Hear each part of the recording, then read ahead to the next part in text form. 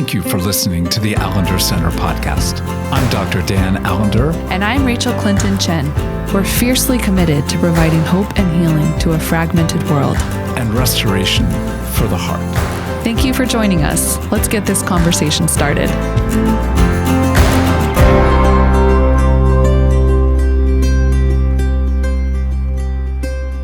Rachael, we have an absolute delight today. Often we have delight, but this is just a sweet gift to have a dear, dear friend, colleague with us. And let me introduce Heather Stringer. Hi, Heather. Hi, Dan. Hi, Rachael. Good to be with you guys. Heather is one of our great gifted presences in the Allender Center. She's a therapist.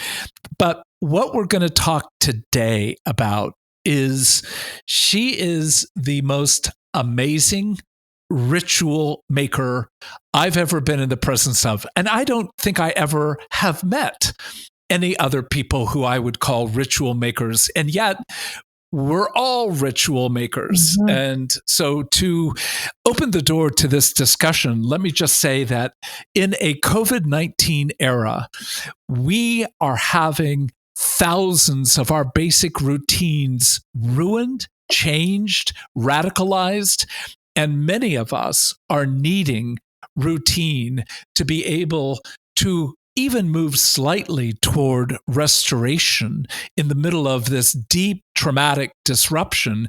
Without routine, trauma will always become far, far darker. But routines and rituals have a lot of overlap, but they are not the same. And what we want to invite you, the listener, to is to be thinking about the importance not only of routine, but what it might mean to be part of joining and co-creating with others rituals that will sustain us as we move through this time. So, Heather, I don't know how to begin this other than to begin to say, help us think through what you see to be the disruption of the routines of your life right now. And we'll eventually get to rituals. Yeah, definitely. The disruption is everywhere. I mean, from the fact that I have to now be my children's principal, janitor, math tutor, English tutor. I mean, I am serving so many roles that I was never intending to ever serve in my life, given COVID-19. And with that, there's a lot of pivoting that I have to do where I have to remember grammar, and I have to remember division, and I have to really figure out ways to schedule seeing clients, where, my husband Jay also has to see clients. So there's just, in some ways, life has become so much simpler, and at the same time, it's so much more complex with how we schedule and how we maneuver through the day where everyone's needs are getting met. So that's one way. I mean, that there's been major disruption. And Rachael, I want to follow that same question to you, but for both of us and all of us to address what happens for you as routine gets slaughtered. Well, I mean, I think I've said on here before, I'm slightly neurotic and I like routine. Routine works for me. I'm someone who finds a lot of rest in kind of having patterns that I can count on. Like I take a shower every day. I like to have a cup of tea to start the day. I like to make the bed. There's just these things. I like to clean the house on Mondays because that's trash day. There are these very kind of, for me, just standard places. And in some ways, because I'm at home all the time, I can still do those things, but it's been interesting to see how even those are getting disrupted just with some of the fragmentation. And I find my body needs more sleep, but then we're also homeschooling every other week and want to be a good partner there. And, I think there's this reality for me when routine gets disrupted. I actually feel like I lose grounding. Like I'm not quite sure how to find my footing or locate myself. And then time, in some ways, as strange as this will sound, just becomes like really confused. I'm like, what part of the day is it? What day is it? Like, when did I last shower? I mean, there's just this sense of, do I even know myself? And, I'm probably more neurotic than most people when it comes to like having little tactical touch points that help me locate who I am and where I am in the world. Yeah, that's interesting that you say, like, hearing your like love for routine and need for routine. I think I'm a person who probably is really terrible with routine, and this time has actually, like, I've had to put routine in place in order to survive this, and that has been more of a challenge because I could make rituals all day, but routine is something that I'll just kind of fly by the seat of my pants. And yet I'm seeing that if I do that during COVID, my kids suffer, like my marriage suffers. I become more depressed or just more disconnected. So there's been more of a challenge for me to fall in love with routine and to see that it's actually it's like a benefit for my life versus something that I'm kind of dragging myself into because I am supposed to do it. So it's interesting given your need for it and my resistance to it. Well, my routine structure is often settled by the appointments that I have during a day. And though in some ways I've been busier during COVID-19 than I have been more meetings than I've ever had in my life. Yet, on the other hand, the disruption of this period, just like you, Rachel, I sometimes literally will not remember what I did 1 hour before or where am I in the day? Like I've had to check my phone where I keep my calendar so often just to be like, where am I in the day? So routine may settle, but also when it's disrupted, it just creates a new level of havoc that I'm hearing all of us at least name. This is a period where we need more routine, and yet routine's not enough to create anything close to normalcy as we once had it. Yeah, or I find that I double down on it and try to force my family, because out of like a fear or just kind of like, I need this, like then I become too rigid in my routine and that's not working either. And I think in some ways, I'm so glad to have you here, Heather, because what I've, and I'll share more, but, just even the role you've played in my life personally and helping create ritual that brought tremendous healing. I find myself longing and searching for meaning. And there's some sense of like a false belief that a routine can bring meaning. And so I have found myself like, oh man, I need rituals to go along with these kind of more tactile things, because there's something in a season where all the ways we make meaning are also disrupted and give voice and expression to what is true and what it means to be human. And so, yeah. And Heather, that may be a great entry to say, how do you differentiate what is routine from what is ritual?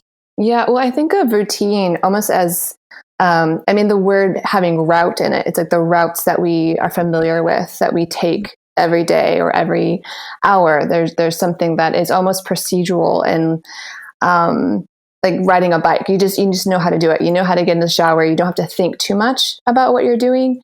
And so it's very familiar. It's comforting. It provides containment. But I think like what you're saying, Rachel, there's not necessarily a lot of meaning. Like, yeah, sometimes I'll get into the shower and I'll have this like very aha moment. There's something about the water and being feeling comforted by it. And then I'll have some really like lovely thoughts that help me throughout the day. But that's not like a daily, weekly experience. So I think there's something about the role of ritual that kind of interrupts maybe those routes with this invitation to make more meaning out of like what's happening for you right now, and where have you been, and how do you want to continue to enter into this time or this space or whatever you're undergoing in a much more meaningful, embodied way. So I think that's more or less how I would distinguish them, is that there's something about ritual that is an interruption, and yet it allows you to make a lot more meaning to your life. Can you give us at least a sense of, well, just an example? And Rachael, you were underscoring that Heather has been a very significant part for you in engaging. And what I would say for me, your rituals that you have created for the Allender Center, particularly at the end of one of our narrative-focused trauma care certificate processes, I could tell you 2 or 3 of the rituals you created because they were so meaningful that they created a kind of ending that allows the ending to stand out from other endings. And so to me, the rituals you create are a way of infusing an event that already has meaning, but in a kind of greater meaning that allows you to hold it with a both memory and a sense of delight.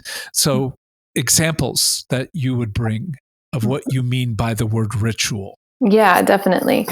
Well, and I think usually within ritual, there's something that you're undergoing. There's something that's changing, or there's a transition of some sort, or there's loss, and so I think so often that like we want to move around it versus moving through it, and because we don't have like particular practices that help us create like a container. So, for example, I think I did a ritual for a woman who was pregnant with her second child, and her first pregnancy and her first experience of childbirth was really pretty traumatic. And so I asked her, like, how are you? You're getting close to the end of your second pregnancy. And have you thought about what this is going to feel like? And she's like, no, actually, I've been just kind of hunkering down and looking away from like the fear and anxiety of what's coming. And so I just asked her, I was like, do you want to do something about it? And she said, okay. And what came to mind for her is that was the word through, like she needed to move through this. And so we created a time with some dear friends where she was able to, I think, name her fears through the action of untying knots. So every knot that she untied, she named a fear that was coming up within her. And through that process, she realized that there was some like unresolved fears that were there. Like a family member, she knew like on a bodily level that family member cannot be in the room when she goes into labor, and that she probably wouldn't have maybe encountered had she not given herself that space and that time to really begin to name fears. So I think it does create this more poignant time to uncover like what is happening within your soul right now. Like what is it that you're experiencing that needs more language, and I think the action to say, I'm not going to let this continue to bind me. So I think that would be one example. I mean, I think simple ways of, I think like you're talking about with the days kind of running all together, the hours not really being distinct from one another. And I think there's something as simple as at the end of the day, instead of like, checking out to Netflix, and again, like God bless all those, including myself, that go to Netflix at the end of the day. But I think I just wonder, like, what if we just, as simple as lighting a candle and just taking account for the day, like where were you? What were the things that you experienced? Like, what are the interactions that you really enjoyed? What was the thoughts that you had that you may have wanted to actually write down, but you didn't have a chance to, or even like exchanges with your family or partner where you weren't crazy about, but instead of applying judgment and letting that judgment kind of roam around, letting yourself just acknowledge it and to say, okay, that was there today. But simply just to let yourself kind of feel and name the day. And then you can go watch Netflix. But I think there's just something about like when we actually slow down and listen to our soul, there's things that we need to do, things that we need to create to give meaning to our life. Yeah. As you say that, I would imagine many people right now are feeling overwhelmed by the sheer amount of kind of emotions, awareness of what's going on, or a denial of what's going on, or just an exhaustion, or, this kind of need to take it a day at a time. And so I would be curious, what are some of the rituals that you've created or that you have found really helpful in this particular season? Yeah, I mean, that takes me, for me personally, that actually takes me back to routine. Because I think for me, not liking like this kind of rigid routine or having things planned or having foresight for what will, anticipating needs. And like for me, it's like at the end of the day, I do sit at the table and I just check in with myself and how was the day, and writing down like the things that I really enjoyed about it, and then also like the places where I felt frustrated or angry or felt out of control, and then inviting myself to ask like, what is it that I need to invite myself into, or how do I want to do the next day? How do I want to invite myself into a more enjoyable tomorrow? And so I write those things down. I prepare like some schoolwork for my kids. Jay and I will clean the house. Like there's something about like the space being kind of restful. So actually I move more into routine during this time and like letting myself attach to routine. And then I think rituals, there's something about like walking. I've seen so many people outside walking.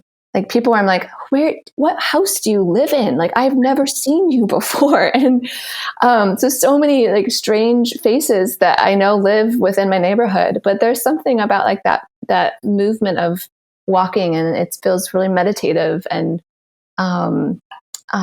or being outside and eating your food like on a picnic blanket and allowing yourself to breathe in the fresh air, getting your hands in the dirt. Like I think I've heard so many people saying, I just have needed to be in the dirt. And so, whether it's just simply like giving yourself or your kids like a shovel and just like digging into a part of the yard that you can just kind of hack away at. Like there's just something about like, how do you let your body be present? And how do you let it need what it needs? Because I think being on Zoom all the time and being, like we could be so caught in this very like flat, like eye heavy experience where your body goes numb. And so how do you awaken your body during this time? And what does your body need? And to ask yourself those questions to see what comes up. And let me make sure I'm with you, Heather. You really are one of the most amazing ritual creators on behalf of others. How are you with regard to creating rituals for yourself? Mm-hmm. Yeah. How am I? I do them. So I'm more of like the spontaneity. So like, for example, I had like a really sweet day with the kids. Out of all kinds of days with them, but there's this one day in particular where it felt incredibly like sweet and poignant, and I just thought to myself like, all the times I've been like feeling angry with them or frustrated, or places where I have not liked myself as a parent. And then I was like, well, how do I want to like I need this to be more than just like a moment. Like I need to mark this. I need to honor like the experience I'm having with my kids right now. And so I took some cold water. I went inside, took some cold water, and I just like splashed it over my face as like a playful gesture of like, I want my body to remember like this sweetness, so that when I have moments where I want to kind of indulge the crankiness or the anger, I can have a more poignant signpost of like, you want to love differently than this.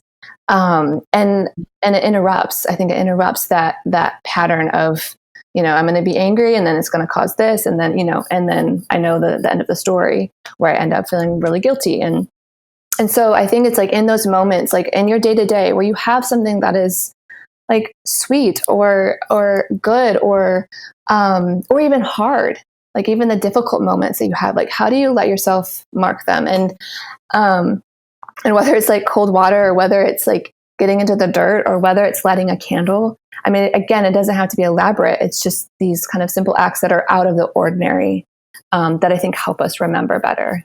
And if I can put it this way, it's an Ebenezer. And an Ebenezer is a marking physically of a space that has meaning, usually, particularly in the Old Testament, a place where God rescued, or a place where there is something to be held with regard to grief. So you're inviting us into a kind of Ebenezering in a way that isn't a cairn where you put 20 rocks on top of one another, but where you're doing something physically with your world, with your body, with the space that you have, to mark it with a meaning that doesn't then just get glided over. Is that a fair way of putting it? Yeah, that's beautiful. And can we just point out that Dan, I think, maybe made up a new verb, and I hope we all start using it, Ebenezering, because if we really get everyone Ebenezering, then I feel like, we're really doing something. Yeah. Well, hey, if I can just say, look, if we can freaking use the word Zooming, then we can talk about Ebenezering. Well, I mean, I genuinely love it. Yeah, totally. I love it too.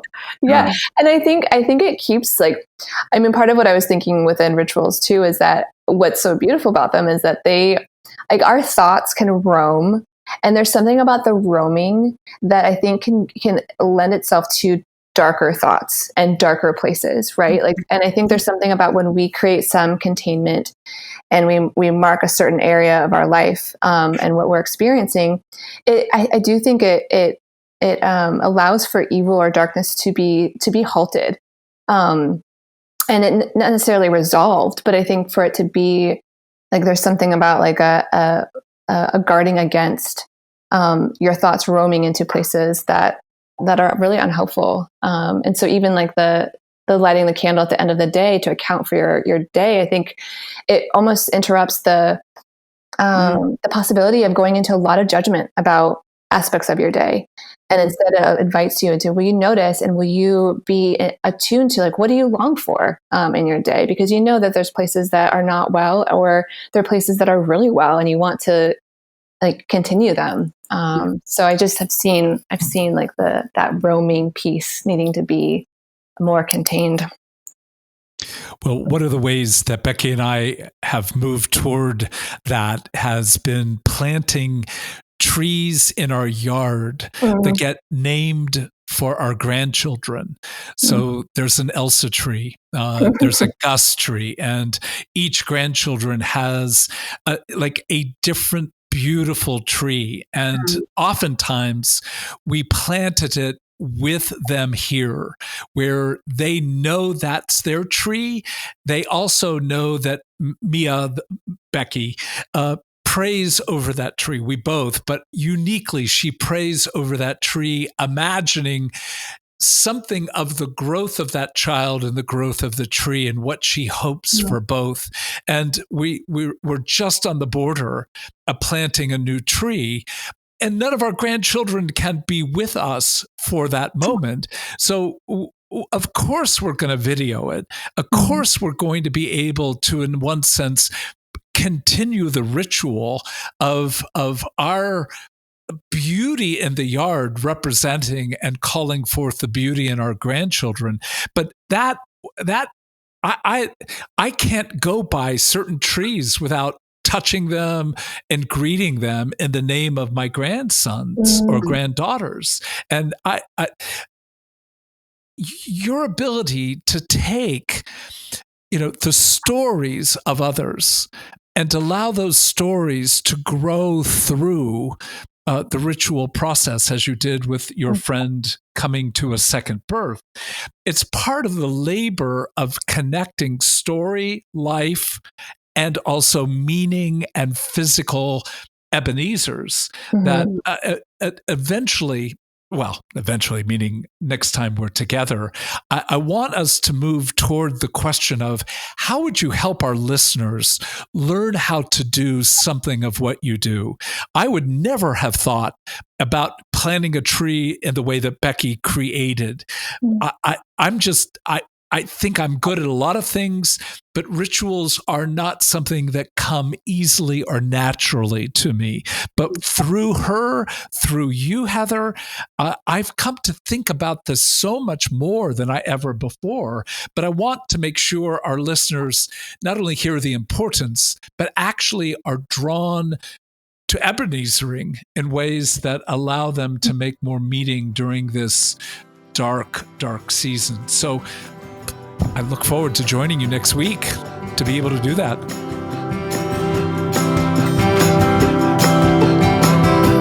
The Allender Center podcast is produced by the Seattle School of Theology and Psychology.